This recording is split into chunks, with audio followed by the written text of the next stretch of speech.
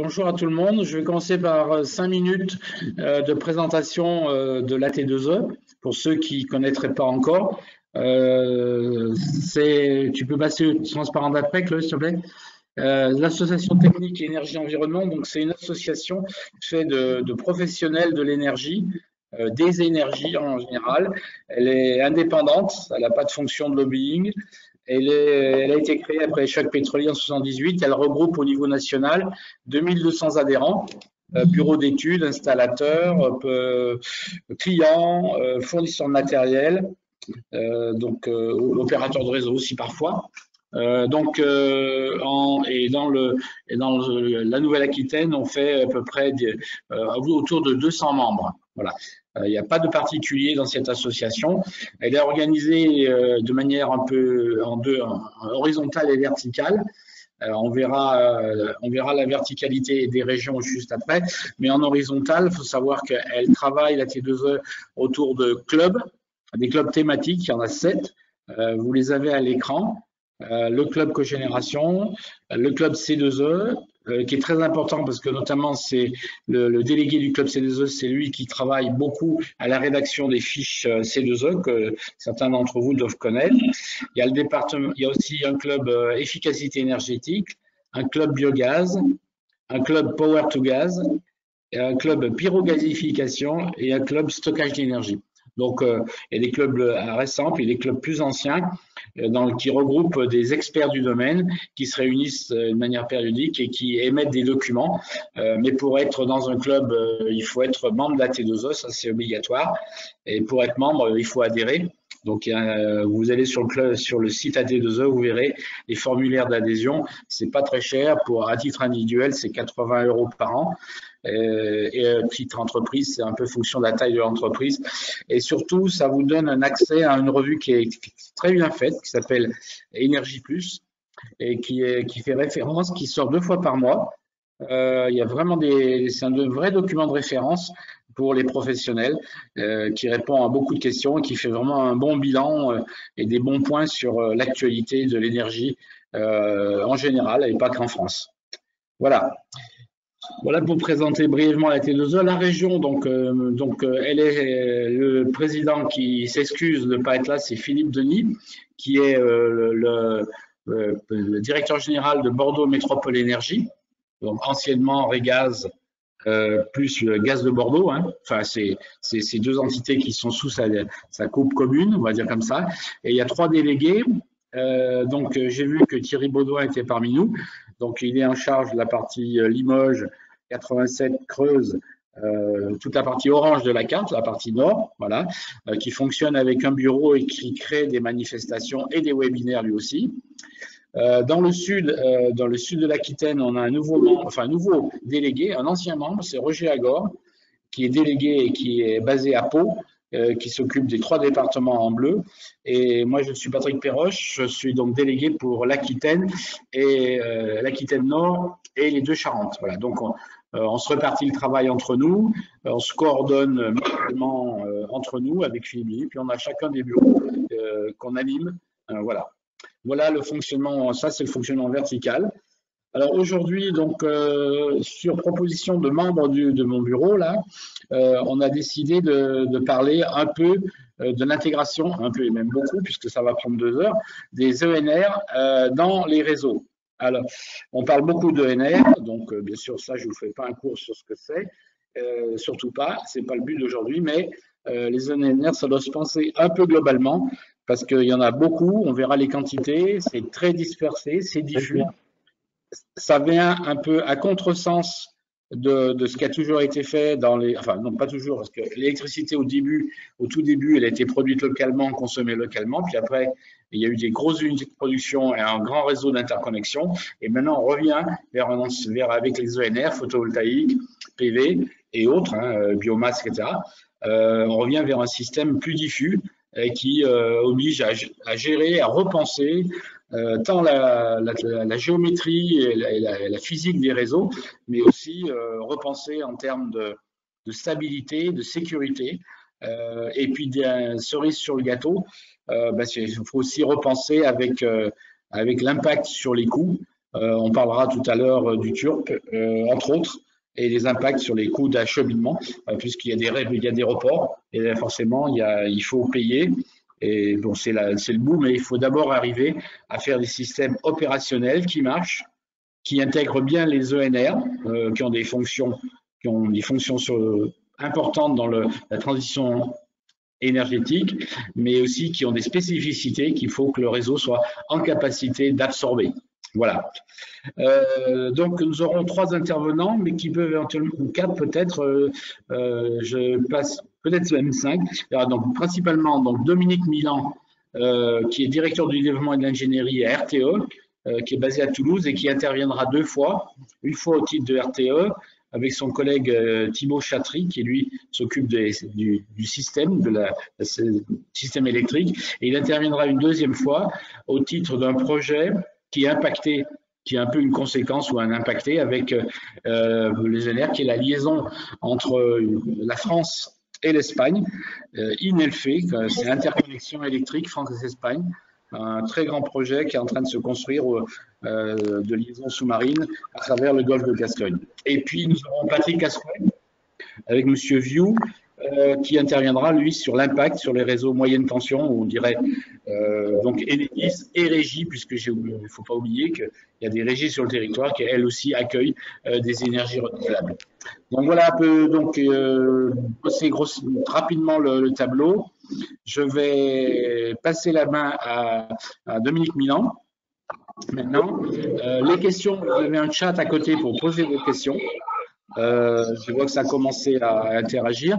Donc, je picorerai les questions. Ce sera impossible de répondre à toutes, c'est sûr. On les captera, on répondra par écrit, on rediffusera au présent, aujourd'hui, à la webinaire. Donc, je vais passer la parole. Je rappelle que les temps sont de 3 fois 40 minutes, donc je vous les laisse gérer. Je serai gardien du temps pour tout le monde pour qu'on finisse le plus précis à 17h. Voilà. À toi, Dominique. Merci. Est-ce que vous m'entendez bien et vous voyez bien mon écran?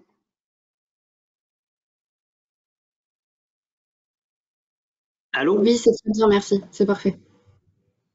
C'est parfait. Bon, donc merci de nous accueillir. Donc on va faire avec Thibaut Chatry l'insertion des ENR sur le réseau HTB. Donc je suis le directeur, alors j'interviendrai après pour un autre titre, donc le directeur du développement et de l'ingénierie à RTE et sur le périmètre des anciennes régions Midi-Pyrénées, Aquitaine et Limousin. Et donc le développement ingénierie fait les études de réseau, que ce soit le court terme sur les raccordements, comme le long terme, puisqu'on étudie le réseau aux échéances 2030-2050. Ensuite, on fait les études techniques, on fait la concertation, les autorisations et la construction du réseau qu'on donne ensuite à nos collègues pour la maintenance et l'exploitation. Alors, juste 2 points assez rapides sur le paysage énergétique. Aujourd'hui, vous voyez qu'il y a 4 grands paquets. Alors, je vais être amené pour tenir dans les 40 minutes à faire quelques approximations. Alors, on pourra rentrer dans le détail lors des questions ou lors d'échanges ultérieurs. Donc, on voit les grandes familles. Il y a les producteurs, il y a les consommateurs, et entre les deux, il y a le réseau de transport, donc qui gère les lignes de 63 000 à 400 000 volts et qui gère aussi donc les interconnexions, et puis le réseau de distribution avec en particulier nos collègues d'Enedis, mais on verra que sur Nouvelle-Aquitaine, il y a d'autres gestionnaires du réseau de distribution. Un petit mot sur la consommation en Nouvelle-Aquitaine. Donc, on voit que la consommation est plutôt actuellement, de par toutes les actions, dans une démarche de maîtrise. Néanmoins, RTE vient de publier une étude menée avec la contribution d'AT2E, je dois dire, sur ce que pourrait être le réseau en 2050. Et vous verrez qu'il faudra aussi regarder, parce que malgré toutes les actions de maîtrise, le paysage électrique en 2050 verrait la consommation augmenter. Alors, S3R-ENR Nouvelle-Aquitaine. Alors, S3R-ENR, il faut qu'on se le dise une fois, c'est le schéma de raccordement au réseau des énergies, schéma régional de raccordement au réseau des énergies renouvelables. Et donc, il est fait à la maille de la région. Alors, pour savoir pourquoi le législateur a demandé un S3R-ENR, alors il en a confié la rédaction à RTE en relation avec les gestionnaires de réseau. C'est que avant le S3R-ENR, quand un producteur voulait se raccorder au réseau, il payait son raccordement, c'est ce qu'il génère à la collectivité, et ensuite il devait payer tout ce qu'il générait sur le réseau, en particulier, donc là j'ai parlé du réseau de transport. Donc il fallait trouver quelqu'un qui soit capable de supporter tous ces coûts. Ça a été considéré par le législateur et par les porteurs de projets comme un frein, et donc le législateur a créé le S3R-ENR, qui d'une part doit être en cohérence avec les SRADET, en cohérence avec les politiques énergétiques des régions, mais surtout c'est un outil d'accompagnement de la transition énergétique, puisque le principe c'est de définir un schéma qui recueille globalement tout ce qui devrait arriver sur un territoire, en l'occurrence la région, sur les 10 prochaines années, regarde quel est l'impact sur les réseaux de transport, de distribution, et ensuite va définir une quote-part, une part mutualisée, et donc il y a une péréquation, c'est-à-dire qu'aujourd'hui, avec le S3R-ENR, un producteur ENR qui veut se raccorder sur le réseau en Nouvelle-Aquitaine, il va payer son raccordement, c'est normal, puisque c'est ce qu'il génère et c'est sa décision à la collectivité, et ensuite il va payer la quote-part, quels que soient les travaux réalisés sur les réseaux de transport et de distribution.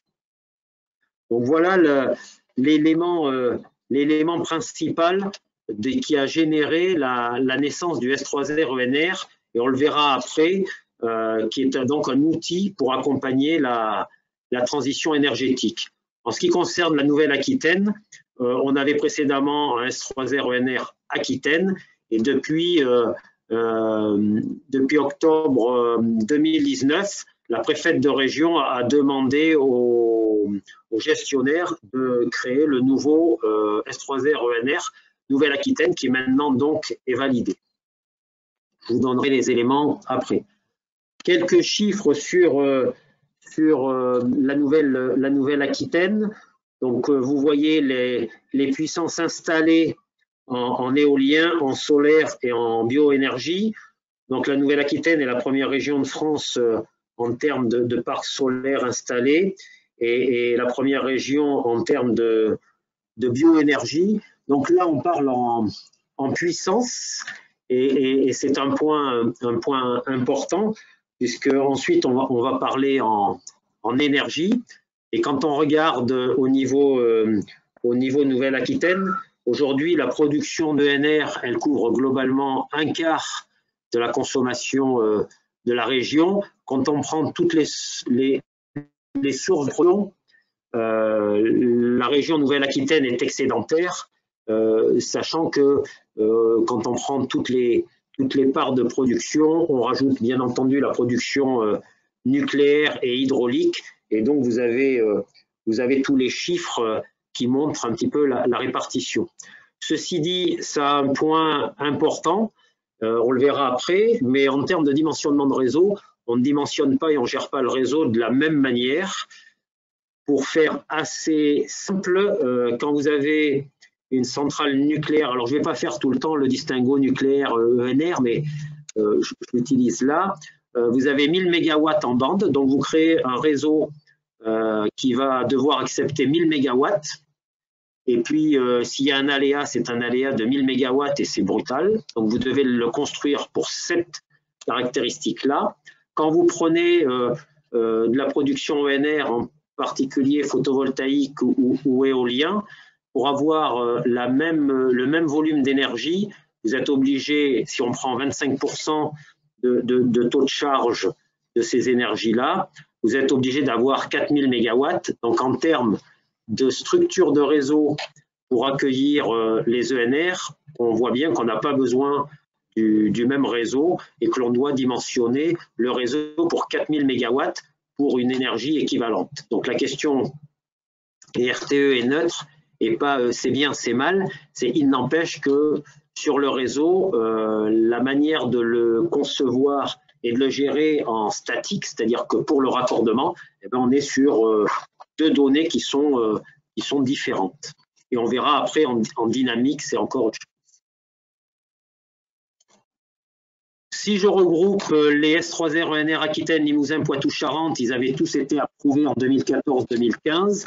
Le législateur a vu que prévoir le schéma pour les 10 ans à venir était quand même un exercice difficile. Donc, au fur et à mesure, il y a eu des décrets qui sont intervenus pour permettre des transferts, des adaptations, etc. Au final, il leur a réservé 4447 mégawatts de capacité pour accueillir des ENR, ce qui représente 222 millions d'euros d'investissement. Je donne ces chiffres parce que vous verrez après que ce n'est plus tout à fait les mêmes niveaux.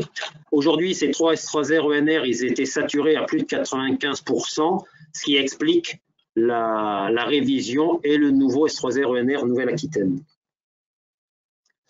Ce nouveau S3R ENR Nouvelle-Aquitaine, il a fait l'objet d'un processus de travail pour l'élaborer. Donc, on a travaillé auprès des syndicats de producteurs pour recenser les potentiels. Ensuite, on l'a confronté avec toute une démarche de consultation des territoires, que ce soit les PNR, les communautés des communes, ceux qui avaient des plans climat et énergie, tous les élus, de façon à avoir l'acceptabilité sociétale, puisque l'idée est de faire un S3R ENR qui représente quelque chose de réaliste.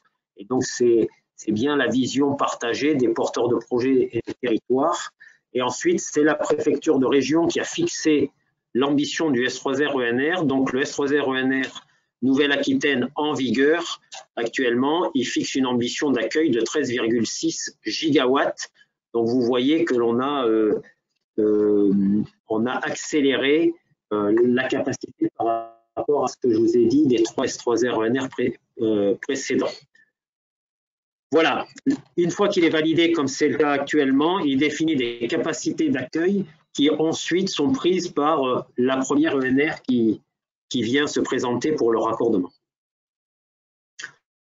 Ça a donné lieu, alors je le passe très vite, à un process. Réviser un S3R ENR, c'est à peu près 3 ans, puisqu'on a recensé, faire toutes les études techniques, donner le résultat de nos études techniques aux porteurs de projets, parce qu'on fait aussi un calcul de séance économique lié à l'investissement pour caler exactement, en plus de la vision des producteurs des territoires, l'impact sur la quote-part. On a ensuite tout un processus de concertation, d'évaluation environnementale, de participation du public, d'autorisation, avant que la préfète de région vienne valider la quote-part. Alors le schéma, je vous ai donné 2 cartes. Voilà, vous avez à gauche globalement une représentation globale de tous les investissements qui vont être réalisés. Et vous avez à droite les capacités réservées. Alors vous voyez qu'il y a des capacités sur l'ensemble du territoire de la Nouvelle-Aquitaine. Et puis après, vous avez la couleur qui donne un petit peu la concentration des capacités réservées. Plus c'est clair, plus la capacité est faible, plus c'est foncé, plus la capacité est importante. Et si vous comparez les 2 cartes, alors on ne le sait pas tout à fait le hasard, vous voyez que très souvent, quand vous voyez du vert très foncé, vous voyez quand même pas mal d'investissements de l'autre côté, puisqu'on est amené à renforcer le réseau et à créer de nouvelles infrastructures. Et pour finir sur cette partie, avant de passer la parole à Thibaut, sur les 13,6 gigawatts de capacité d'accueil à créer, il y en a 7,1 qui sont sur le réseau existant.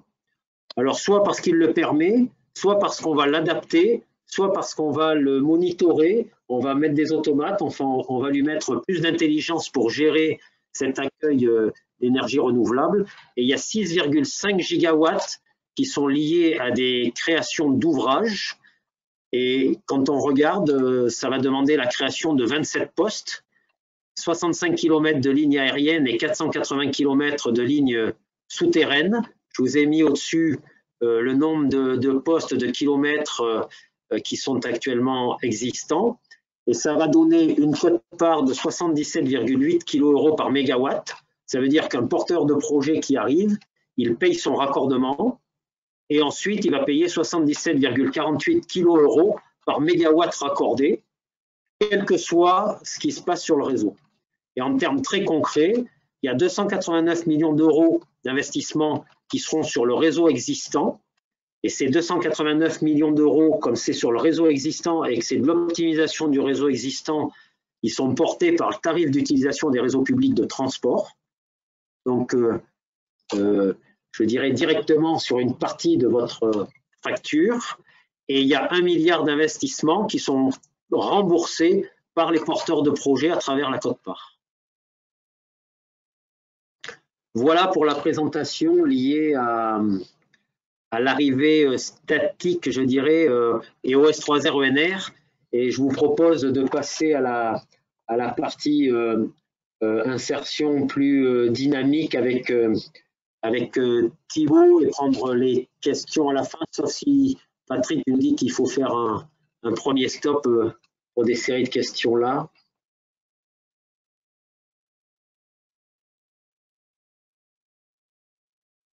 Je ne sais pas comment vous voulez faire. On prendra les questions RTE à la fin de la partie RTE. D'accord. Alors, je passe la parole à Thibaut. Ouais. Bonjour à tous. Attendez, je vais mettre comme ça.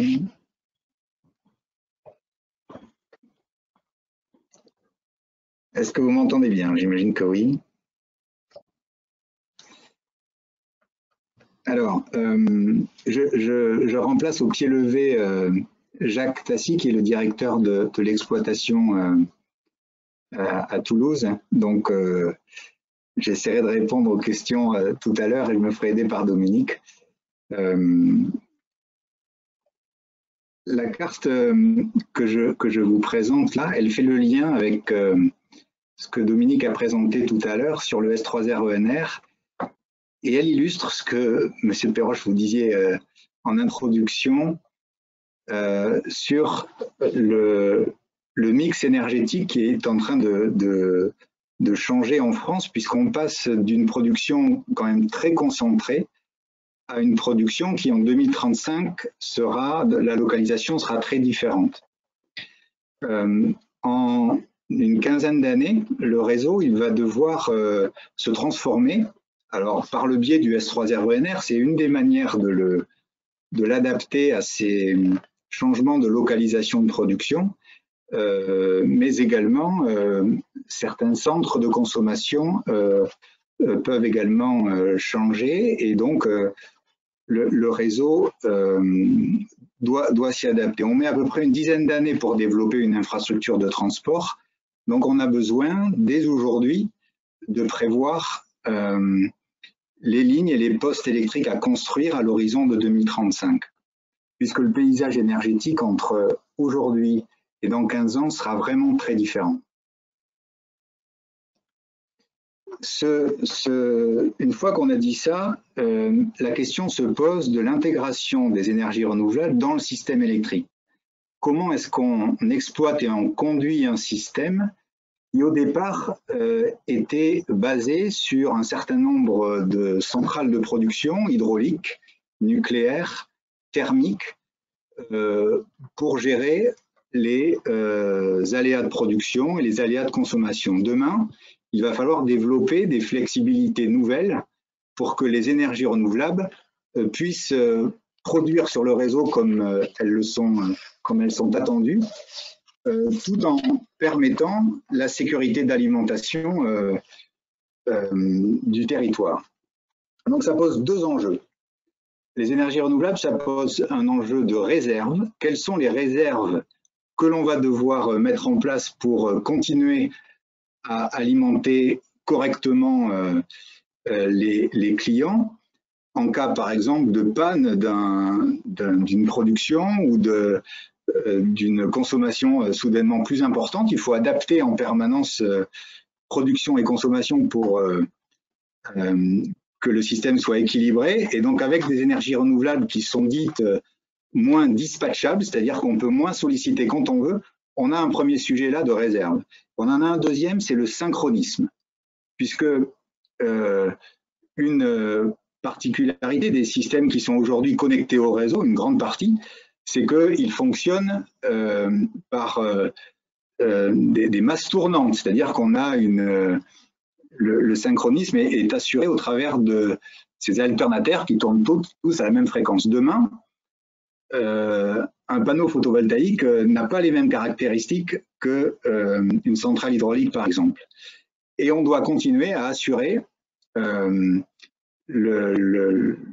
synchronisation du réseau. Donc ça, c'est les deux enjeux que les énergies renouvelables posent au fonctionnement du système électrique. Et donc, on va développer des flexibilités qui sont le stockage diffus via les véhicules électriques, stationnaire, on en parlera via Ringo, une expérimentation que RTE a lancée.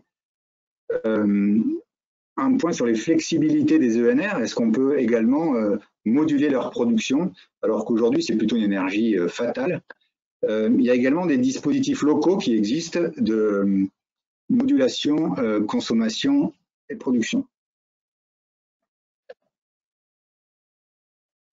Alors, sur l'équilibrage, il faut faire un point rapide sur le fonctionnement du système électrique.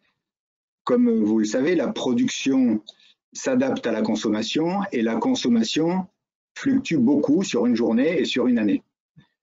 Pour permettre à tout instant que la production et la consommation soient équilibrées, il existe des réglages qui sont soit automatiques sur les groupes de production, ce qu'on appelle les réglages primaires et les réglages secondaires, soit manuels, c'est-à-dire que c'est l'opérateur au dispatching à Toulouse qui va mobiliser une ressource de production pour pouvoir reconstituer les marges.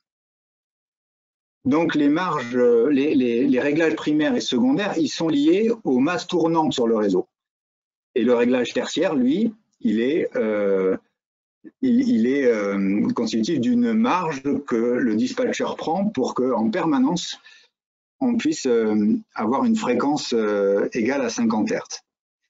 Eh bien, l'intégration des ENR, ça va avoir comme impact premier d'augmenter les marges que l'on va devoir constituer autour de l'équilibre offre-demande. On va toujours avoir plus de groupes disponibles pour démarrer et plus de groupes disponibles pour s'effacer pour pouvoir répondre à un aléa sur le réseau.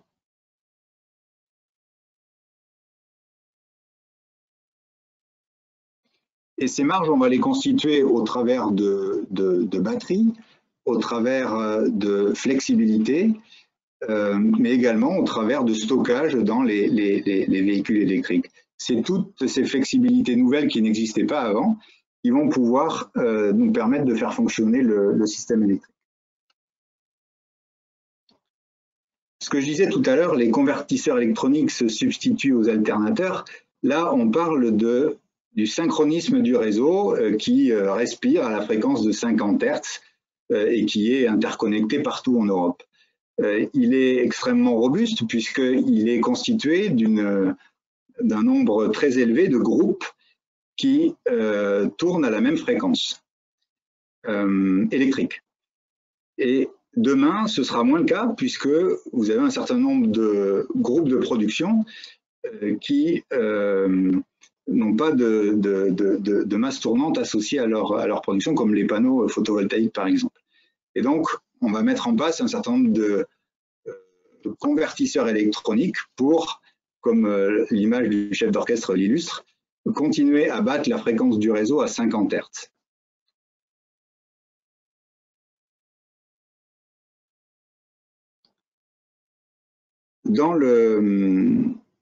Une des clés aussi du maintien d'une robustesse du fonctionnement du système électrique, c'est la prévision. La prévision de consommation, elle va peu varier, excepté s'agissant des mobilités, avec les recharges des véhicules électriques, et on le verra après. Mais sur la prévision de la production, Dans le monde d'avant, c'était assez simple. On connaissait les plans de production établis préalablement au temps réel par les producteurs. Demain, une partie de l'énergie qui va être produite sur le réseau sera dite fatale, c'est-à-dire qu'elle va dépendre du vent, du soleil, et plus du plan de production du producteur qu'il aurait pu transmettre au gestionnaire de réseau. Donc RTE s'est doté d'un outil qui s'appelle IPES, qui est un outil de simulation de production d'ENR, fonction de la température, du vent, de tout un tas de paramètres. On est capable de prévoir de manière fine la production des énergies renouvelables et d'adapter en permanence les marges à reconstituer pour assurer la robustesse du réseau. Ce slide, c'est une illustration de ce que je vous disais tout à l'heure. En fonction des prévisions de production ENR, on doit adapter les marges, ce qu'on appelle la réserve tertiaire, pour se prémunir d'un aléa sur le réseau, que ce soit d'un aléa de production ou d'un aléa de consommation. Alors, de manière... on change ici un petit peu de sujet sur les flexibilités qu'on a pu mettre en place sur Lot-et-Garonne et Dordogne, mais ça relève du même principe. Adapter en permanence la bonne infrastructure que l'on doit construire en utilisant des flexibilités qu'on n'utilisait pas avant. Des automates d'effacement, des smart wires, du monitoring. Alors ça veut dire quoi tout ça? Des smart wires, ce sont des petits équipements qu'on met sur nos lignes et qui viennent diminuer ou augmenter l'impédance de nos lignes pour augmenter ou diminuer le flux. Le monitoring des lignes, ça nous permet de connaître en permanence la capacité de transit de la ligne et de l'optimiser pour augmenter en temps réel son transit ou de le diminuer. Donc on est amené à déployer sur le réseau un certain nombre de flexibilités qui repoussent l'investissement que l'on pourrait réaliser, l'investissement en ligne ou en poste électrique, donc plus lourd à construire et plus long. Je vous parlais tout à l'heure du stockage. Donc il y a deux types de stockage. Le stockage diffus au travers des batteries des voitures ou tout ce qui est lié à la mobilité. Le stockage stationnaire qui est constitué de grosses batteries que l'on vient installer dans des postes électriques ou au pied d'éoliennes. Le deuxième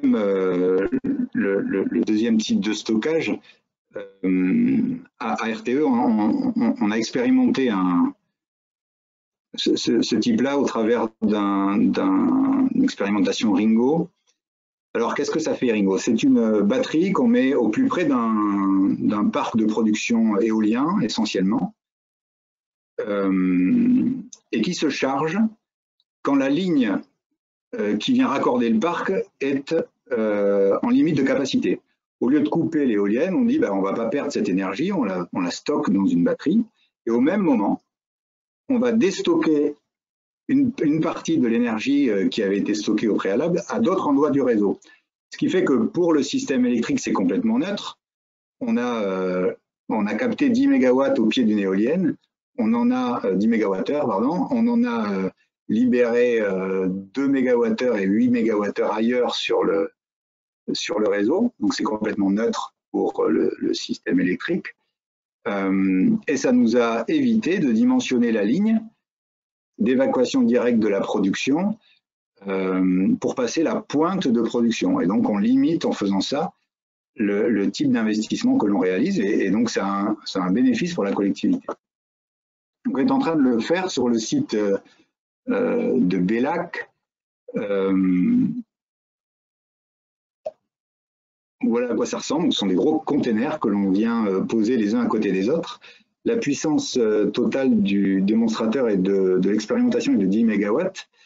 Donc c'est l'équivalent de 5 éoliennes, 10 000 foyers en hiver, et c'est constitué de 12 containers posés les uns à côté des autres. Donc ça, c'est en train d'être réalisé, et la mise en service industrielle de cette expérimentation est prévue pour 2022. En fait, on parle aussi, à travers cette expérimentation, de lignes virtuelles, puisque au moment où vous stockez l'énergie, vous la libérez ailleurs. C'est comme si vous aviez transporté un électron sans réseau.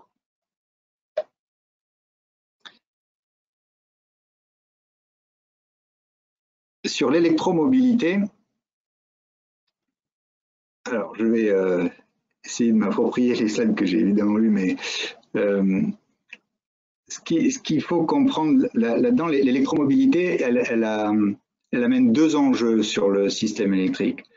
D'abord, la capacité qu'elle offre à constituer une réserve au travers de la somme de toutes les batteries constitutives du futur parc de véhicules électriques français, donc évalué à 15 millions d'unités en 2035. Donc ça, c'est une vraie source de stockage que RTE souhaiterait utiliser.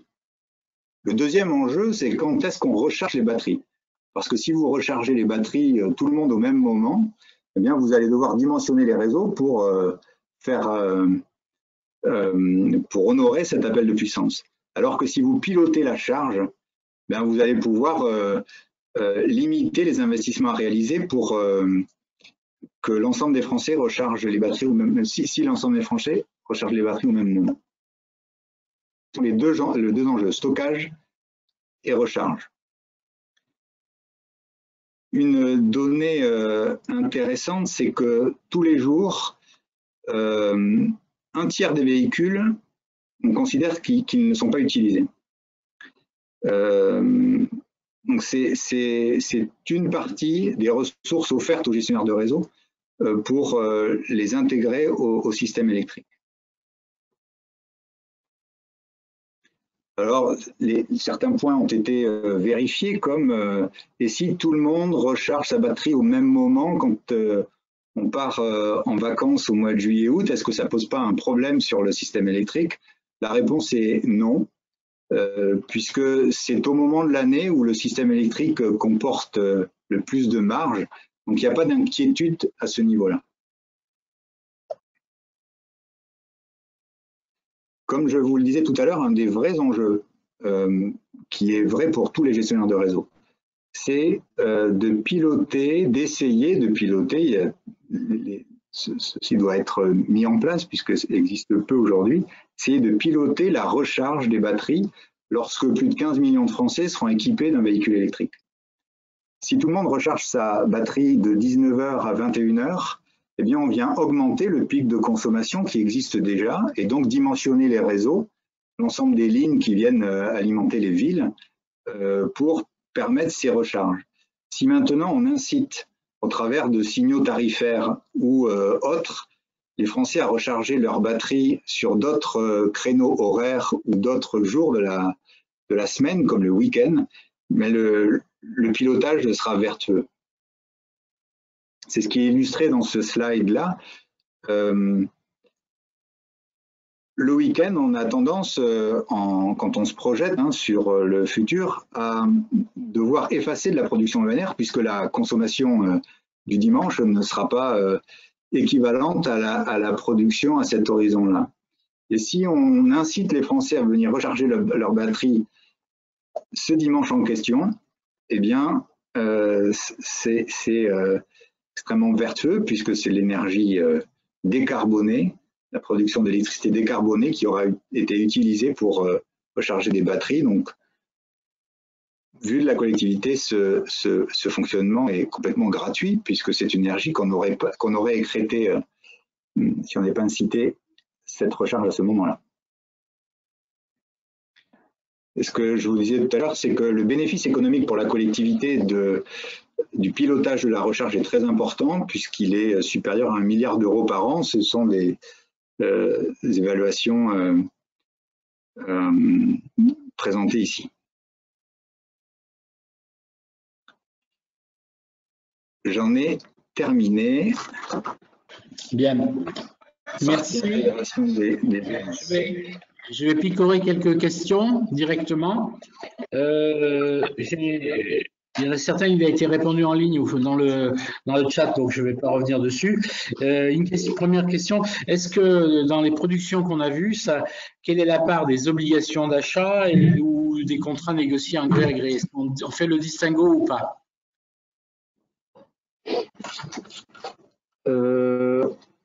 Nous, concrètement, on ne fait pas le distinguo niveau RTE.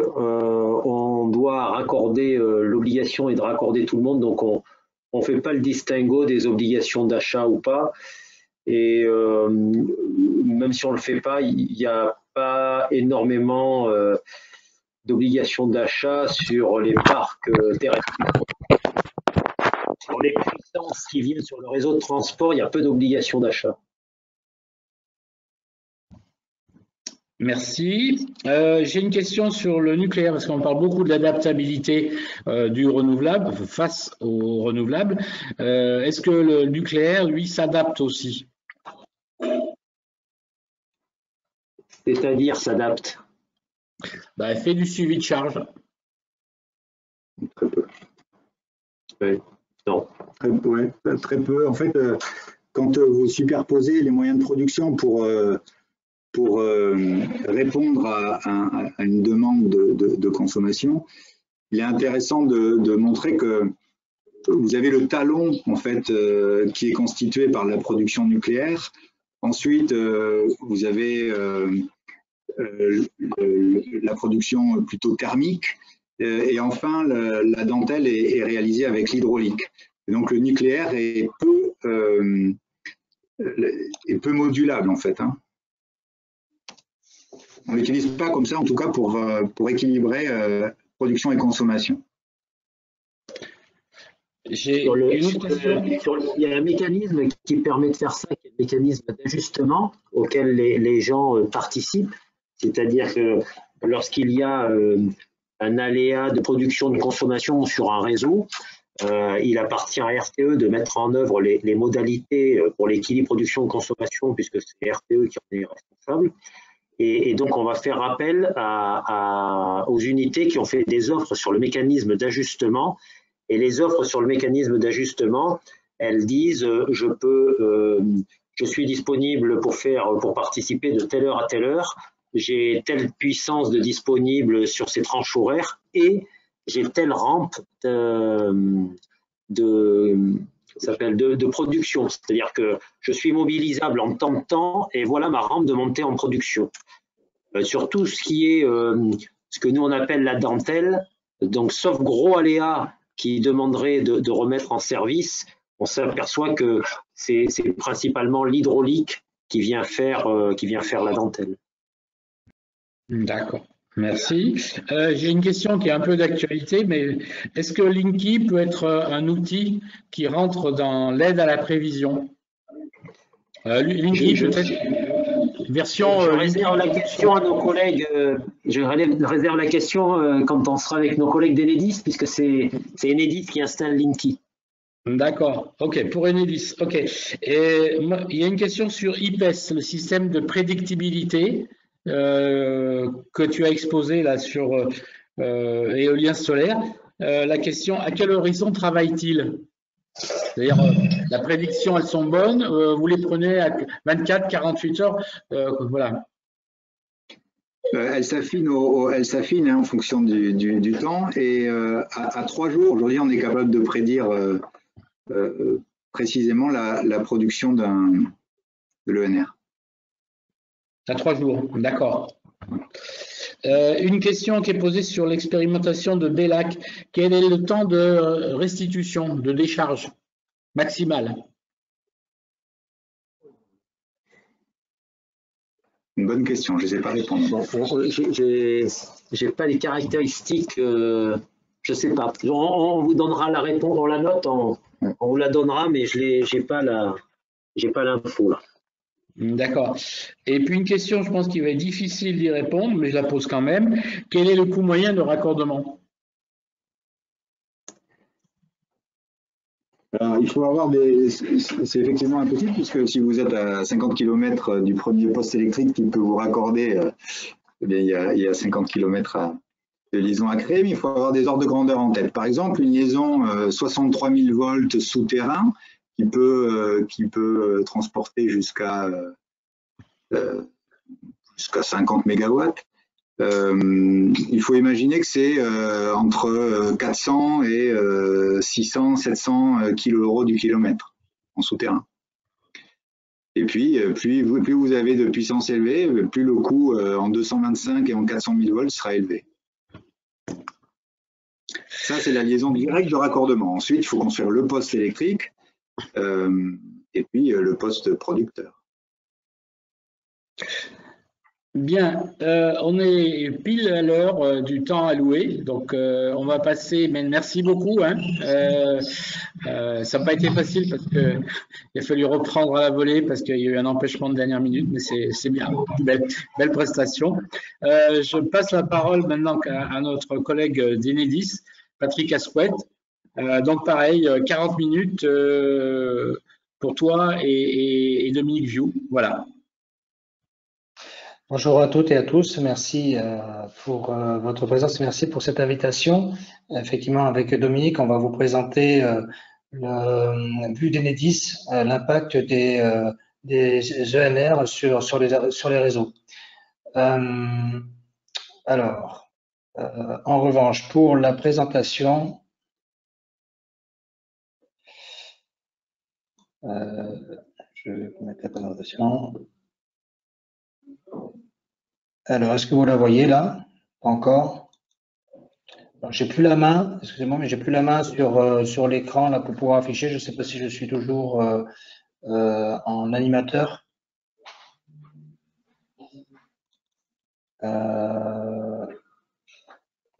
Est-ce que Chloé est toujours là?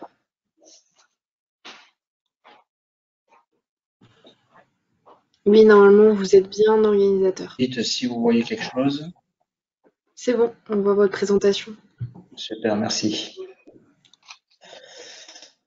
Et je vais me mettre en plein écran.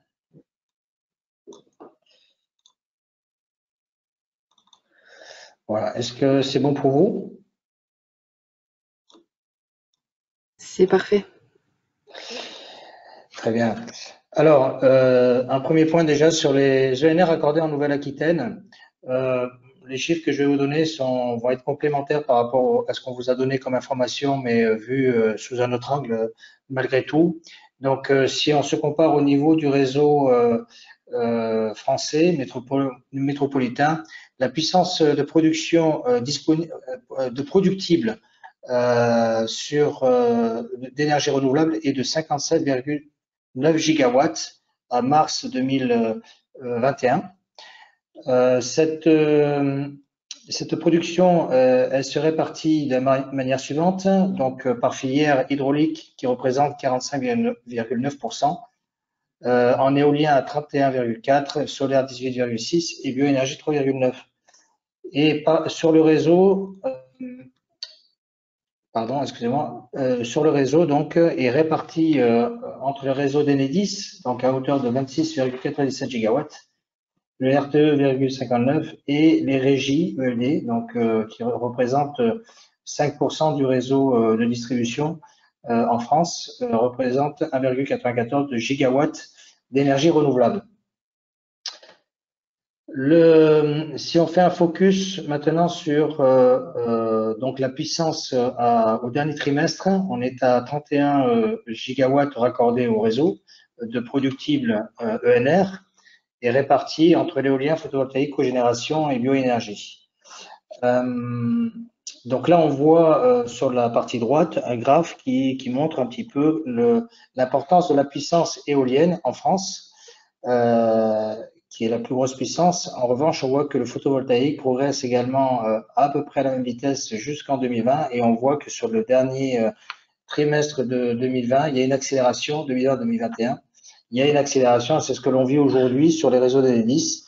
Nous avons une réelle accélération des projets, que ce soit sur le raccordement sur les réseaux haute tension, mais aussi réseau basse tension supérieur à 36 kVA. Les puissances donc raccordées sur la région Nouvelle-Aquitaine, c'est 3,5 gigawatts en totalité. Et on voit que la part du solaire est importante sur notre région, avec pratiquement 40%, 60% de photovoltaïque. Et ce qui est en orange, et en bleu, la part d'éolien, la partie bleu foncé. Et c'est que les autres énergies.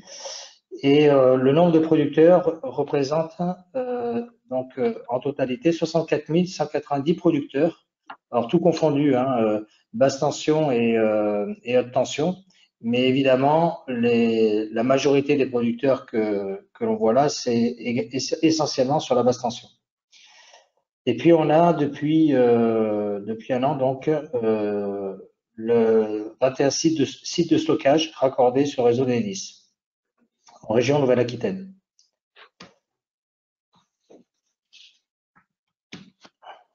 Alors, les usages du stockage, bon, ça a déjà été expliqué par nos collègues. En fait, on a plusieurs typologies d'utilisation, comme ça a été expliqué. Donc, soit c'est couplé avec une production d'énergie renouvelable, et on a vu ses effets et ses bénéfices dans la présentation précédente, mais aussi d'autres utilisations plus modestes avec ce qu'on appelle des blocs de stockage qui répondent à des problématiques de fréquence, d'équilibre fréquence métrique, conso-production. Et ces blocs de stockage, donc 21 raccordés en région Nouvelle-Aquitaine, a vu la première mise en service certifiée par RTE, répondant à cette demande, donc en janvier 2019 sur Jonzac en Poitou-Charentes. Et c'est des puissances d'1,2 mégawatts qui sont raccordées donc sur le réseau HTA. Et puis d'autres sites de stockage plus importants, comme celui d'Azure Stockage, qui représente donc une puissance de 6 mégawatts, qui a été raccordé donc en février 2019. Voilà, c'est les deux cas de stockage que l'on retrouve dans notre région. Et en fait, en termes d'utilisation, par rapport à ce qui a été expliqué tout à l'heure, ces bases de stockage permettent en fait de répondre à des creux de fréquence. Et l'avantage du stockage permet en fait d'être très rapide en fait, ils répondent en instantané à la demande. Et donc, ça permet, dans des temps très, très courts, de pouvoir répondre à un besoin d'équilibrage de la fréquence. Et là, on le voit sur cette courbe. En fait, lorsqu'on a, par exemple, un incident sur une ligne, on voit qu'il peut y avoir un creux de fréquence lié à la demande en soutirage et en face la production nécessaire. Et quand la production n'est pas suffisante, eh bien, il peut se produire ce phénomène de baisse de fréquence.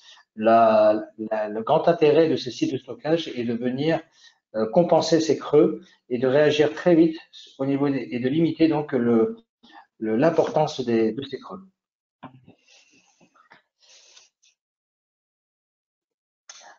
Je vais laisser la parole à Dominique pour vous parler en termes de prévisionnel, ce que l'on peut faire avec ces énergies renouvelables et comment on peut l'intégrer dans notre prévisionnel de courbe de charge.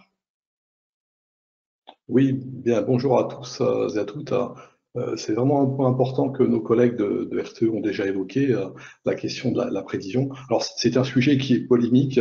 Si vous suivez Twitter, la RTE a fait un petit mot humoristique ce midi avec nombre de commentaires sur cette question de variation ou d'intermittence et de renouvelable. Je pense que la question, comme ça a été dit tout à l'heure, n'est pas de déplorer, c'est finalement, on prend comme une donnée d'entrée, que ce soit lorsqu'on dimensionne nos raccordements, c'est une étape importante qu'on a esquissée à travers le S3R, mais également c'est aussi un point important lorsqu'on fait la conduite du réseau en temps réel, lorsqu'il faut optimiser finalement le réseau pour qu'il fonctionne au plus près de ses limites physiques et des capacités de celui-ci. Et donc ces trois courbes, finalement, ça réillustre sur une autre façon ce qu'on connaît tous. Vous avez par filière photovoltaïque à gauche, éolien au milieu ou, alors je ne vois pas, c'est le dernier, excusez-moi, c'est la bioénergie. Mois par mois, donc c'est une moyenne mensuelle, le productible, enfin le taux de charge de chacune des filières. Donc vous avez en courbe noire le chiffre 2020, en pointillé celui de 2019, et puis en jaune et en vert, finalement, c'est la variation sur les 10 dernières années. Donc une fois qu'on a dit ça, la question qui se pose immédiatement pour les gestionnaires de réseau, c'est comment prévoir finalement les flux qui vont arriver liés à ces renouvelables, mais comme de la même façon, on est amené d'ores et déjà à prévoir aujourd'hui, on est amené à voir la consommation. Donc c'est pas tant l'un ou l'autre, c'est les deux qu'il faut prévoir au plus fin. Et à une maille, et ça mesure un petit peu le challenge, non pas à une maille nationale lorsqu'on traite des grands équilibres, mais à une maille de chacun des ouvrages de distribution. C'est à la marge du poste source qui est le maillon le plus élémentaire. Donc imaginez qu'il faut qu'on puisse, et on dispose aujourd'hui d'outils permettant de faire des prévisions à différents horizons temporels, à la maille de chacun des 4700 transformateurs qui sont le point d'interface entre le transport et la distribution. Et donc, c'est vraiment ce challenge aujourd'hui qu'on a relevé. Hein. Notre outil, nous, s'appelle Système de prévision locale, hein, SIPEL, et qui, à différents horizons de temps, agrège différents modèles, que ce soit par filière ou change de modèle en fonction de l'échéance temporelle, pour qu'on puisse, encore une fois, piloter ces réseaux au plus près de leurs limites physiques, sans les dépasser, mais en permettant ainsi aux renouvelables de s'insérer au moindre coût sur le réseau, à la fois sur la phase de développement, mais également sur la phase de conduite de celui-ci, qui est une étape tout aussi importante pour nous. Patrick, je te repasse la parole. Merci Dominique. Et puis, ce qu'on peut dire aussi en termes d'usage, on voit de nouveaux cas d'usage possibles, c'est l'autoconsommation collective, comme l'autoconsommation individuelle d'ailleurs, qui se développe énormément, donc soit à titre privé et domestique, soit maintenant plutôt sur de l'industriel, sur aussi des sites commerciaux. Et l'autoconsommation collective est un usage complémentaire. On voit qu'il y a actuellement 60 opérations en service.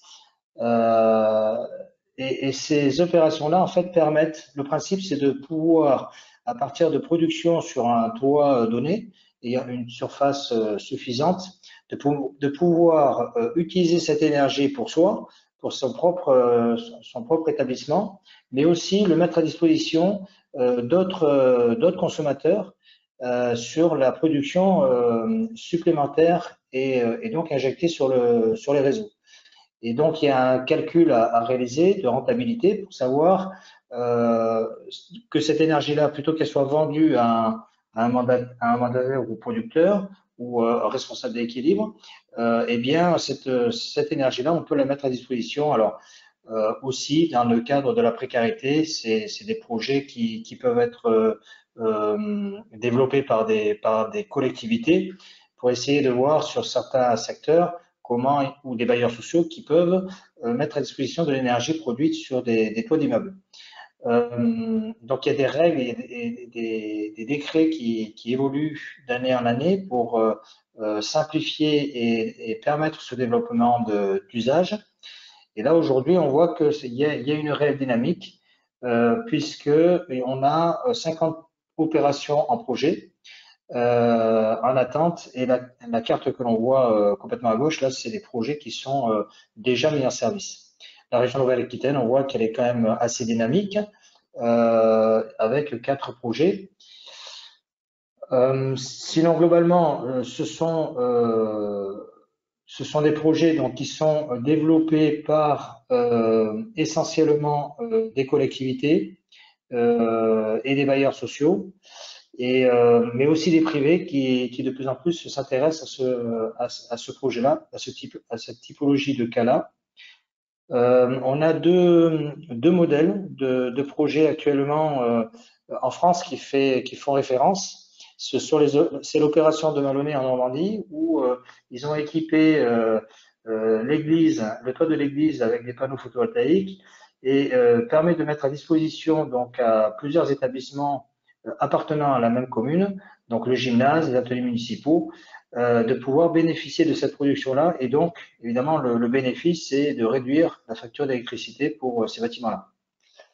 Et puis, on a un autre projet beaucoup plus proche de nous, dans le département de la Dordogne, qui a été piloté par le conseil départemental de Dordogne et accompagné par le CRER pour développer un projet avec une production sur un gymnase qui va permettre de faire bénéficier à 6 établissements du conseil départemental de faire profiter de cette production et donc de réduire cette facture d'énergie sur ces bâtiments-là. Donc, on peut très bien voir dans les années à venir d'autres projets, par des projets qui verraient donc l'association de plusieurs établissements être intéressés par ce modèle-là. Donc voilà, on accompagne ces projets-là aussi pour aider d'abord au raccordement des productions, mais aussi au montage avec le CRER, l'association avec le CRER, donc d'accompagner ces projets pour les mettre en service. Et puis il y a d'autres usages également, mais qui ont déjà été évoqués, c'est le raccordement de recharge de véhicules électriques, qu'ils soient dans du résidentiel ou dans les immeubles collectifs. Donc là, on voit bien que les ambitions nationales sur la mobilité électrique avec une estimation à une augmentation de 15% du parc automobile hybride en 2030 et donc ce qui permettra à un foyer sur deux en résidentiel de pouvoir en bénéficier. Donc ça demande évidemment des raccordements supplémentaires, donc des investissements supplémentaires sur les réseaux, mais avec des configurations différentes suivant que l'on parle d'alimentation collective à l'intérieur d'un immeuble, avec un parking à l'extérieur ou pas, en souterrain. Donc on voit qu'on a plusieurs possibilités de raccordement qu'on étudie en fonction de chaque demande. Et puis, on voit que c'est un sujet aussi sur les bornes extérieures avec différentes typologies de raccordement. Voilà, tous ces projets-là sont aujourd'hui développés avec des constructeurs et des développeurs de matériel électrique. Et on voit que la technologie se développe de plus en plus et se modernise de plus en plus. Et permet par ce matériel-là aussi de maîtriser justement les productions, de connaître les valeurs de production en même temps pour une meilleure gestion donc du réseau. Enedis met aussi à disposition de nos clients producteurs des simulateurs de raccordement VT ou HTA. Cela permet à une personne qui souhaite raccorder une nouvelle installation, eh bien, de connaître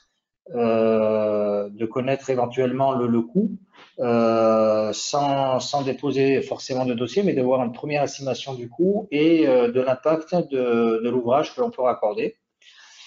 Enedis donc a développé cet outil et est disponible sur le site d'Enedis où il suffit de faire une demande de raccordement et donc par le biais de cette fenêtre, on va pouvoir étudier suivant la puissance si on souhaite uniquement un raccordement en consommation, en production ou mixte avec les deux.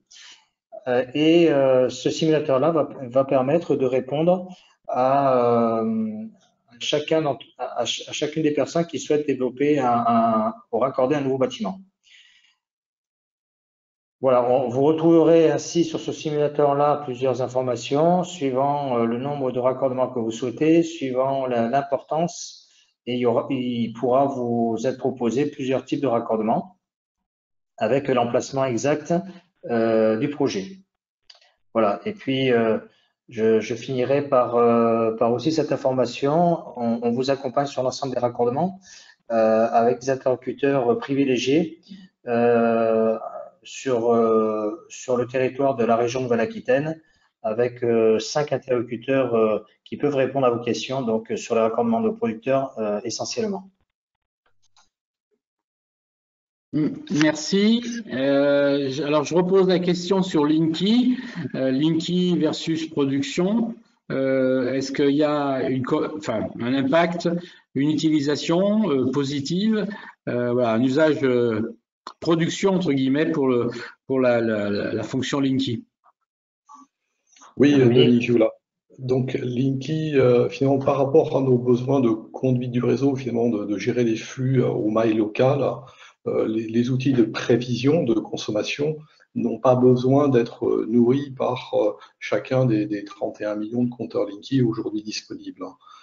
Donc on a d'autres outils que Linky pour piloter ces flux au plus juste sur les réseaux.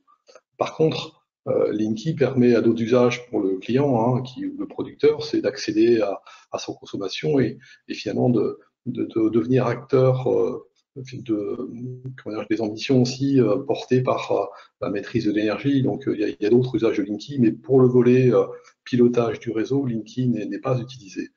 Par contre, quand j'évoquais ce deuxième volet qui est conduite du réseau, on a aussi un autre volet qui est raccorder les nouveaux ouvrages et donc les nouvelles installations renouvelables.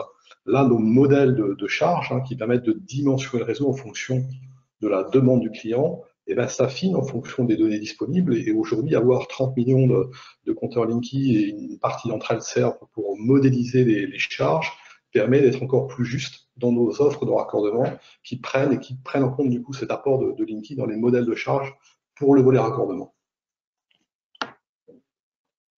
Merci. J'ai une question là sur l'électrolyse.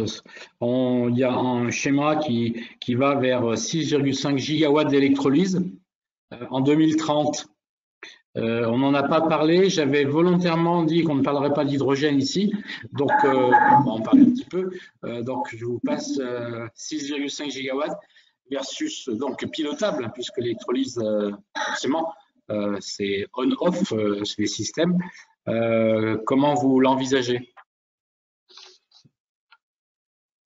Alors, je ne sais pas si les gestionnaires de réseau peuvent répondre, mais vu aujourd'hui des bilans prévisionnels que nos collègues de RTE ont pu produire, l'électrolyse fait partie des nouveaux inducteurs forts, comme on l'a parlé de mobilité électrique tout à l'heure, qui vont d'ailleurs se voir renforcés et dans la PPE annoncée, la nouvelle version annoncée récemment par la ministre, et qui sont déjà présents dans les bilans prévisionnels 2030 et 2050.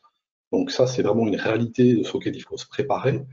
Ensuite, là, je reprends ma casquette, je suis de réseau de distribution. On a vu apparaître des premières installations de petite puissance, mais aujourd'hui, on a aussi des grosses installations à côté sur le transport. Donc, on est sur un ouvrage à dimensionner en fonction des besoins demandés par tel usage, que ce soit l'électrolyse, une centrale photovoltaïque, éolienne ou une grosse usine.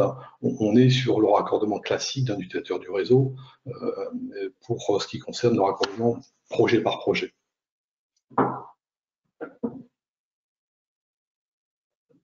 En disant que 16 millions de véhicules électriques, c'est peut-être un peu optimiste, voilà, comme hypothèse. Bon, mais ça, c'est pas une question, c'est plutôt une observation. Juste si vous voulez commenter. Bon, bah, là aussi, l'objectif de ce scénario, c'est finalement de dresser des futurs possibles et on a pointé que le réseau qu'on investit aujourd'hui sera encore présent dans 40 ou 50 ans. Donc, il faut qu'il puisse faire face à différents futurs possibles et faire des scénarios dont celui-ci, qui est le plus fort en termes de mobilité, fait partie des scénarios envisagés pour lesquels on verra dans les prochaines années si on y arrive ou pas. Mais il y a 3 ans, d'aucuns pouvaient être sceptiques sur la trajectoire de développement de la mobilité et aujourd'hui, on se rend compte qu'on a des taux de pénétration sur le neuf qui sont à 10 et 15%, alors qu'on était à 2% il y a à peine 2 ans. Donc, les choses peuvent bouger très vite. Les gestionnaires de réseau doivent anticiper avec cette échéance des horizons de temps. Et moi, je me permettrai une question qui fera le lien avec la dernière partie du webinaire sur la liaison France-Espagne. C'est le risque climatique, enfin pas climatique, mais météorologique, d'un synchronisme. Alors en gros, je prends un exemple, un grand anticyclone qui est sur tout tout l'ouest de l'Europe, ça générera un aléa de production éolien, forcément, global et interpays, quoi. Tous les pays seront à la même enseigne. Comment, on a bien parlé, et on parlera de la solidarité interpays pour la dernière partie, hein, ça c'est sûr, mais comment qu'on absorberait un aléa, donc un gros anticyclone l'hiver, bien bloqué sur l'Europe, avec des températures basses, comment que cet aléa sera absorbable? Là aussi, je ne sais pas si nos collègues de RTE sont là, puisque c'est eux qui ont la responsabilité de répondre à ça. Donc allez-y, je vous laisse la parole. J'ai repris vraiment. Alors d'abord, comme aujourd'hui on a une interconnexion à 50 Hz qui s'étend, on a deux choses, enfin trois choses. D'abord, il y a ENSOE qui est l'association des gestionnaires de réseaux de transport qui travaille justement à tous ces scénarios-là et qui regarde notamment ENSOE avec les gestionnaires, le TYNDP, le schéma décennal à 10 ans des développements européens. Et donc, à cette occasion, il est regardé aussi tous les mécanismes qui doivent être mis en place pour regarder ces grands aléas. Et il y a en plus Coreso. Alors, depuis l'incident qu'il y a eu il y a quelques années, suite qui était parti en Allemagne, il s'est ressenti à peu près toute l'Europe et ça arrive. C'est encore arrivé il n'y a pas très longtemps.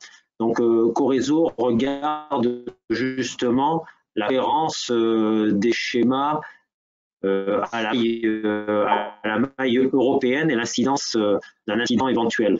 Lorsque l'incident arrive, il y a tous les mécanismes de compensation qui se font jusqu'aux ruptures de synchronisme. Et c'est ce qui est arrivé dernièrement, c'est-à-dire que le système il va essayer de compenser. Il va commencer un petit peu à délester et au troisième point, de manière automatique, il va désynchroniser la partie qui est en trop fort déséquilibre. Donc, on va couper, c'est ce qui est arrivé dernièrement sur un instant. Alors, je crois que c'était dans les. Il y a eu. On revient à la fréquence. Hein, on tente de récupérer la fréquence par toutes les marges et les réglages.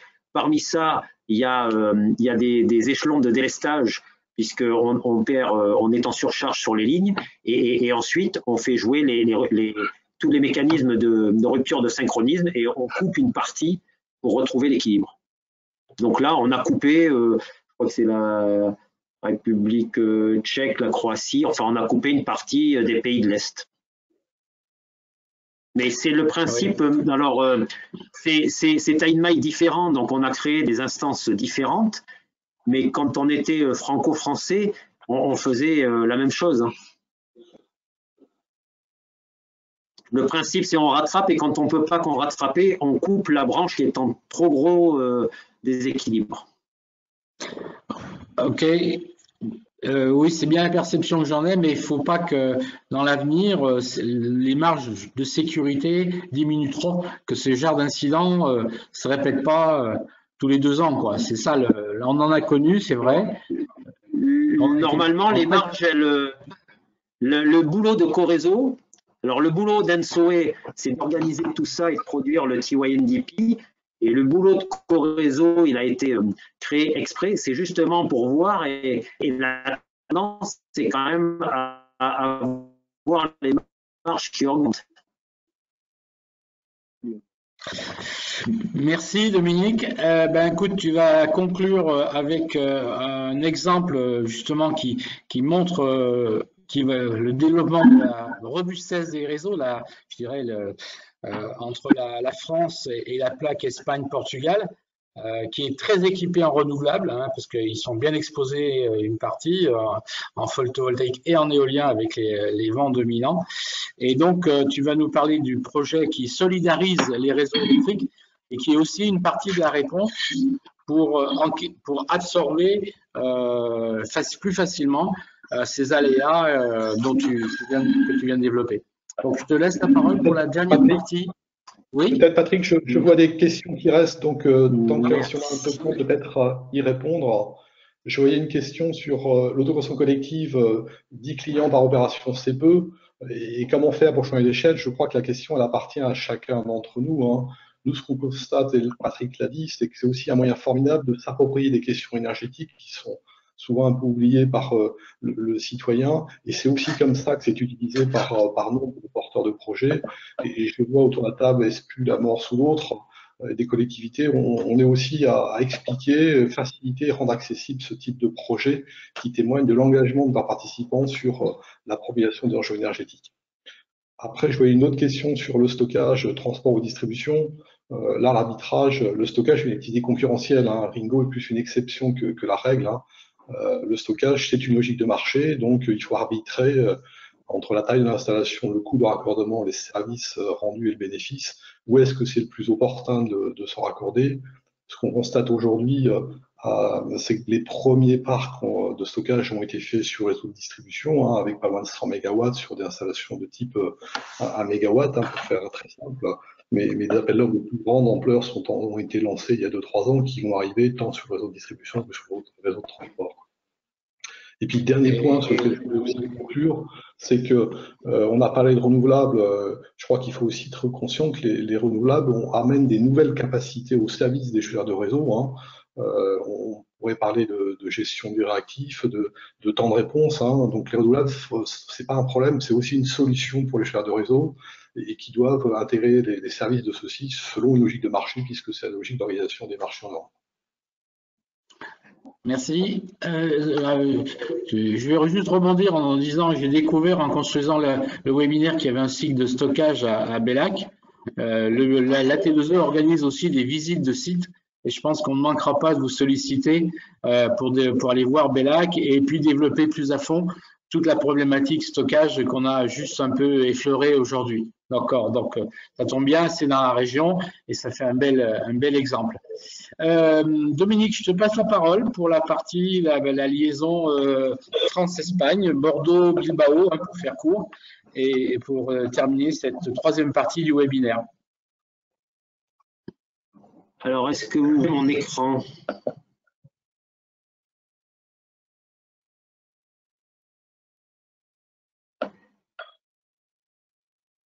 Est-ce que vous voyez mon écran? Oui, pour moi, c'est bon. Bon, allez.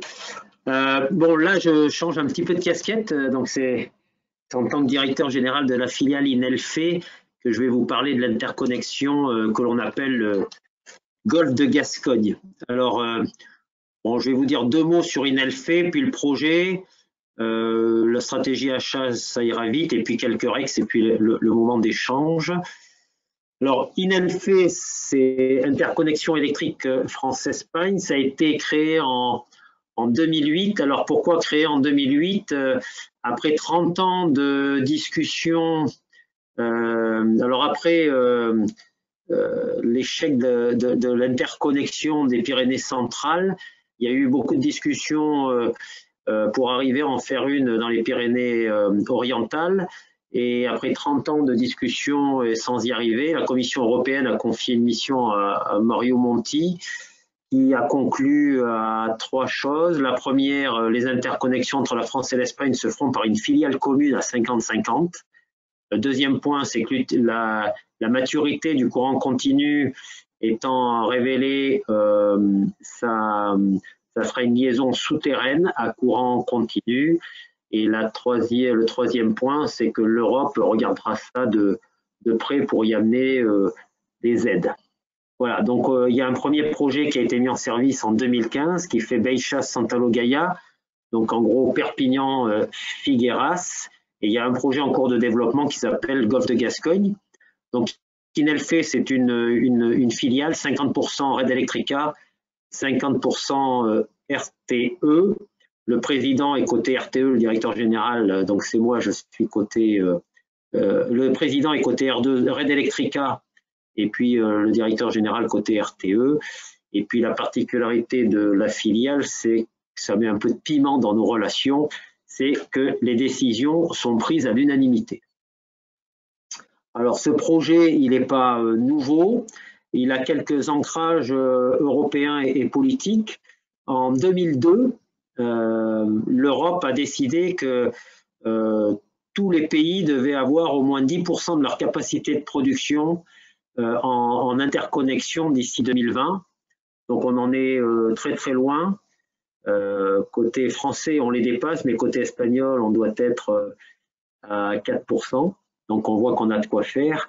Et donc pour répondre à cette injonction, il faudrait qu'on ait 8000 mégawatts de capacité d'interconnexion entre la France et l'Espagne. Et je vais vous dire après, vous verrez qu'on en est loin. Il faut savoir que depuis l'Union européenne, elle a décidé qu'en 2030, ça devrait être 15%. Bon, autant vous dire qu'on n'y sera pas, mais qu'on y travaille. Et bien entendu, vous pouvez suivre régulièrement. Donc, il y a eu le sommet de Madrid, le sommet de Lisbonne et dernièrement le sommet de Paris cette année. Et à chaque fois, il est rappelé toute l'importance des interconnexions électriques. Aujourd'hui, si on regarde où on en est, vous avez 4 liaisons aériennes 400 kV, 2 liaisons aériennes 400 kV, excusez-moi, une en Pyrénées-Atlantiques, une en Pyrénées-Orientales. Vous avez 2 liaisons aériennes alternatives 225 kV, une dans les Pyrénées-Atlantiques et une dans les Hautes-Pyrénées. Et puis depuis octobre 2015, vous avez la liaison à courant continu Baixas-Santalo-Gaia. Avant la liaison d'interconnexion à courant continu construite par Inelfe, la capacité d'interconnexion était de 1400 MW, elle est maintenant de 2800 et vous voyez qu'il nous en reste quelques-unes à regarder pour arriver aux 8000, si ce n'est que ce que dit aussi l'Union européenne pour être complet, c'est qu'on doit atteindre 10% des capacités de production en interconnexion si les interconnexions présentent une rentabilité. Le nouveau projet, il consiste à construire 2 interconnexions de 1000 MW, c'est-à-dire 2000 MW d'interconnexion. Les secrets de l'électrotechnique font que ça développera 2200 MW de capacité. Ça devrait nous permettre d'atteindre 5000 MW sur la frontière. 5000 MW, c'est de l'ordre de 5 millions de foyers. Alors, on en était tout à l'heure sur les raisons et le pourquoi du projet. Alors, il y en a 3 qui ne sont pas hiérarchisés. Hein. Le premier, c'est la solidarité mutuelle entre pays et on le voit assez régulièrement. Alors, vous ne le voyez pas, mais régulièrement, des parties de la France sont alimentées par l'Espagne et des parties de l'Espagne sont alimentées par la France. Et non pas par des flux commerciaux, mais par des flux de solidarité entre gestionnaires de réseaux de transport. Donc ça, c'est le premier point, on en parlait tout à l'heure sur le développement de l'interconnexion du réseau. Le deuxième point, c'est vraiment la transition énergétique à la maille européenne. Alors, ça fait partie du regard complet de la transition énergétique européenne. Pour l'illustrer, je prends toujours un modèle assez simple. Lorsque l'on a la pointe en France à 19h30, si on était dans un système franco-français, il faudrait, la pointe augmentant, il faudrait développer des capacités de production qui seraient utilisées qu'à la pointe. Bon, on voit bien que ça ne serait pas des ENR. Et je peux vous garantir que quand il est 19h30 et que c'est la pointe en France, ce n'est pas tout à fait la pointe en Espagne et qu'il y a largement de la capacité disponible en Espagne. Donc on ira la chercher et c'est plutôt des ENR. Pour la pointe espagnole, c'est un peu différent. Elle est plutôt à 22h. Bon, comme on est entre nous, c'est pas sûr que ce soit des ENR français qui y aillent, mais ça peut être des ENR allemands qui aillent compenser. Donc on est vraiment dans une vision, et d'ailleurs c'est un point important de calcul de la rentabilité de l'interconnexion. On est vraiment dans une vision de développement de la transition énergétique à la maille européenne. Et enfin, le dernier point, c'est plus on sera sur un marché sans restriction de flux techniques, et plus on aura une fluidité des prix sur la plaque européenne. Aujourd'hui, alors il y a une application qui s'appelle Economics, qui donne tout un tas d'éléments, dont les échanges à la frontière, dont les écarts de prix. Et vous verrez qu'il y a régulièrement des écarts de prix entre la France et l'Espagne. Alors, le projet, 3 chiffres. Donc, on rentrera après un tout petit peu dans le détail. Le projet, c'est pour monter la capacité d'interconnexion entre les deux pays à 5000 MW. Il est d'une longueur de 400 km, donc c'est 4 câbles qui vont transiter, hein, c'est 2 fois 1000 MW en courant continu entre un poste qui est situé au nord de Bilbao qui s'appelle Gatica et le poste de Cubnezé. Pourquoi on a choisi ces deux postes-là? On a choisi ces deux postes-là parce que un des points importants quand on fait une interconnexion, c'est à la fois l'interconnexion, mais c'est pas le plus difficile à faire, on peut faire très court, et c'est que les réseaux de chaque pays doivent pouvoir absorber les 2000 MW. Donc on a cherché les postes qui permettaient d'accueillir 2000 MW sans renforcer le réseau de chacun des pays. Il se trouve que Cubnezé, si vous regardez la carte du réseau, c'est le nœud 400 kV au nord de Bordeaux qui regroupe une petite dizaine de lignes 400 kV.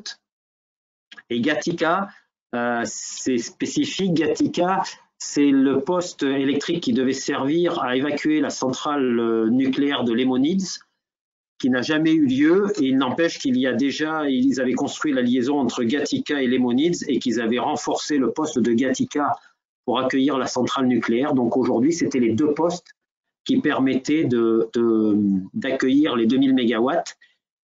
Alors, d'une part, quand vous connaissez la topologie du Pays Basque et que vous savez un petit peu les conditions de réalisation de ces interconnexions, on a fait le choix de faire une interconnexion au maximum maritime. Donc, vous avez 15 km de souterrain en Espagne, puis on prend l'océan. On verra après, on a eu un petit problème pour passer le gouffre de Cap-Breton. On continue en gros jusqu'au Porge et après on a 80 km de liaison souterraine pour aller jusqu'à Cubnezé. Et puis pour finir, donc c'est un projet qui actuellement, le projet global, donc au périmètre d'Inelfe, représente un investissement de l'ordre d'1,750 milliard.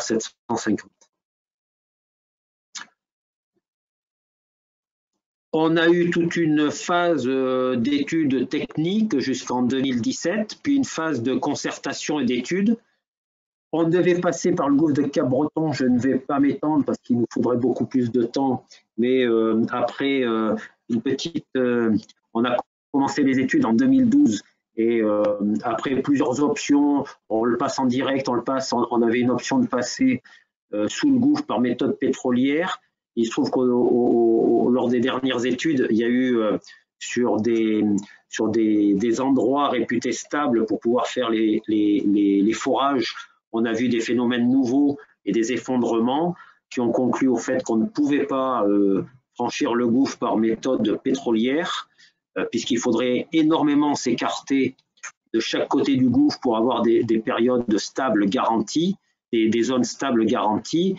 Alors, faire un forage de 4 ou 5 km horizontal, ça encore, les pétroliers savent faire, si ce n'est qu'ensuite, nous, il faut qu'on tire les câbles dedans, et donc il faut que les efforts de tirage fassent que ces efforts soient admis par le câble, et on arrivait aux limites. Donc, on a pris la décision de faire un contournement terrestre, qui nous a décalé pratiquement de 2 ans le projet. On verra après. Donc là, on vient de finir la concertation préalable sous l'égide d'un garant de la Commission nationale de débat public pour le contournement. Et donc, on va continuer le processus. On devrait avoir les autorisations à début 2023. On imagine avoir 3-4 ans de travaux, puis au moins 6 mois, voire 9 mois d'essai. Il faut bien voir qu'on rajoute une liaison à courant continu dans un système à courant alternatif, donc ça demande un certain nombre d'essais pour une mise en service aujourd'hui qui sera à l'horizon 2027. Juste, comme on est en Nouvelle-Aquitaine, quelques points. Bon, voilà le fuseau de moindre impact qui a été validé par le ministre. Donc, Vous voyez, alors je ne sais pas si vous voyez ma souris, donc là on est au poste de Cubnezet, et puis ensuite on va prendre une partie, passer par le bec d'Ambès, traverser le massif forestier pour sortir au Porge, à la plage de la Cantine Nord, puis ensuite on va prendre la mer en bordure. Vous avez quelques spécificités ou des fois vous voyez quelques écarts parce qu'on va passer en face du centre d'essai des missiles de Biscarrosse, donc là on se met où l'armée nous dit de nous mettre, et puis on va arriver au bout de Cap-Breton qu'on va contourner, et puis bon là on s'arrête à la frontière, mais sinon on continuera jusqu'à Gatica.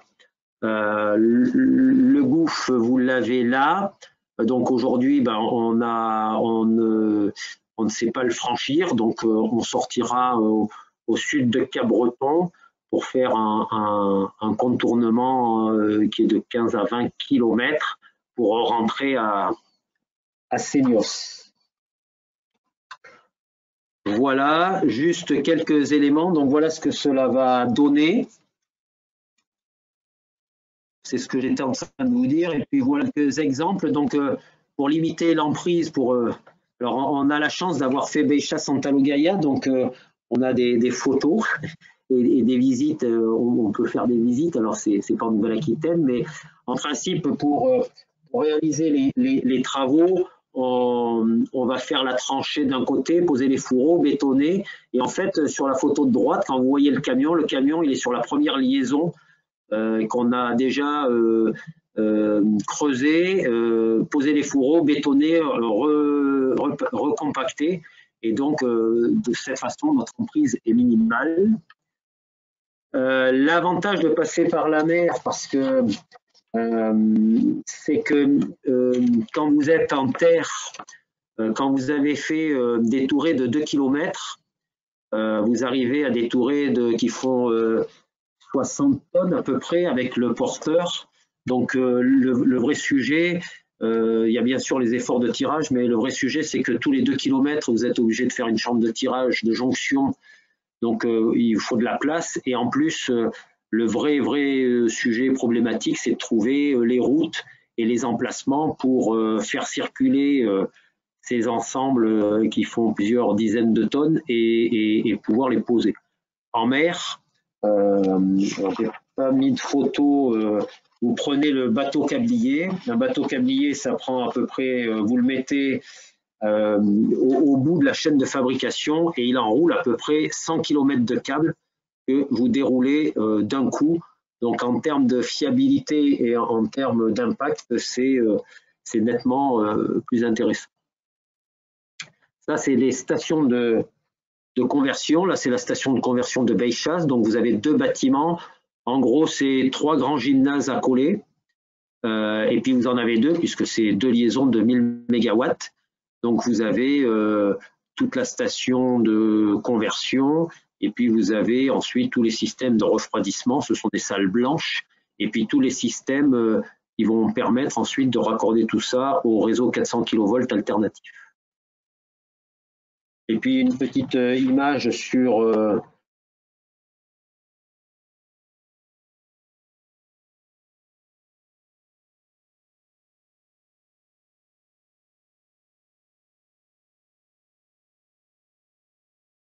On a perdu la liaison là.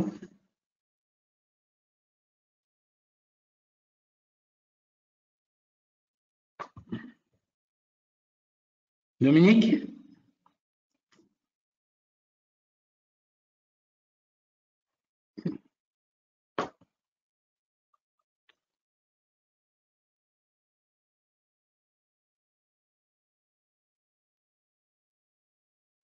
Non, ben Chloé, tu peux me redonner la main, s'il te plaît?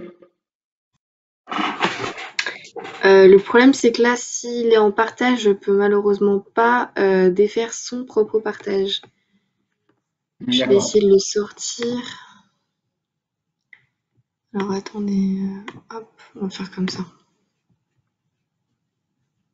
Ah, il a quitté. C'est toi qui l'as sorti là? Ça s'est déconnecté tout seul. D'accord. On était presque au bout de la présentation, je pense, hein, pratiquement. Bon. Il va peut-être se reconnecter. Non, je vais juste me permettre d'insister sur l'intérêt de ces liaisons-là. Bon, il a bien été expliqué, mais c'est aussi une façon de bien équilibrer les productions d'ENR de part et d'autre aussi, de pouvoir faire des échanges sur ces productions qui sont aussi à caractère non pilotable et d'avoir les moyens, plutôt que de les effacer. Ça existe dans certains pays où quand il y en a trop, il faut arrêter les installations et parfois indemniser les producteurs. Des liaisons comme ça permettront de ne rien perdre et d'être sur un optimum économique, quoi. J'ai pas l'impression que Dominique arrive à se reconnecter. Ben, s'il n'y arrive pas, on a un certain nombre de questions là qui sont arrivées dans le chat. Ce que je vous propose, c'est on va les prendre, on va les trier, on va répondre les uns les autres pour les parties qui nous concernent.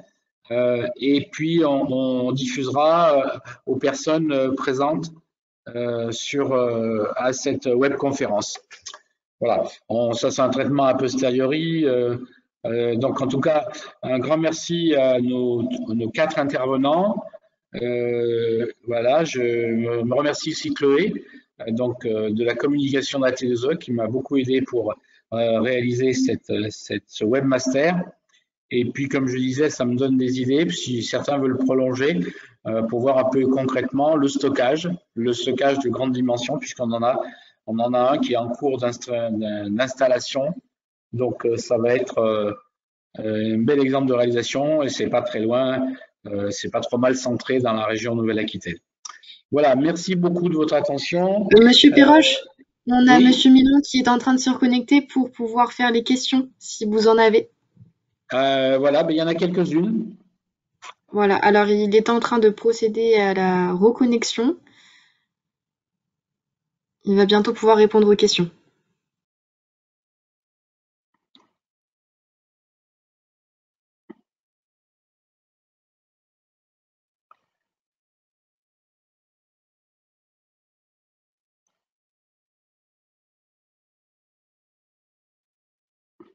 On a coupé le câble avec RTE. C'est pas bien.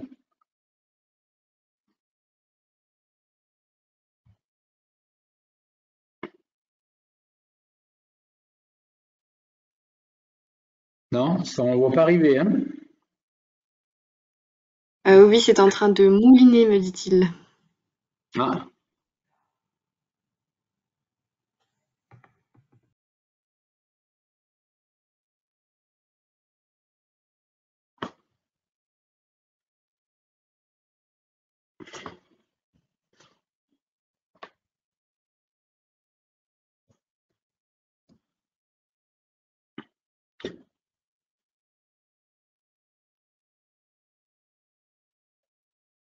Bah, sinon, on va arrêter parce que je pense que les personnes vont vouloir quitter. Il y a 2 questions qui ont été posées.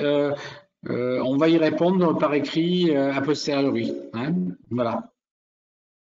Existe-t-il un pourcentage d'ENR demandé dans cette interconnexion liée donc et une question, est-ce que le courant continu limite le bénéfice de l'interconnexion?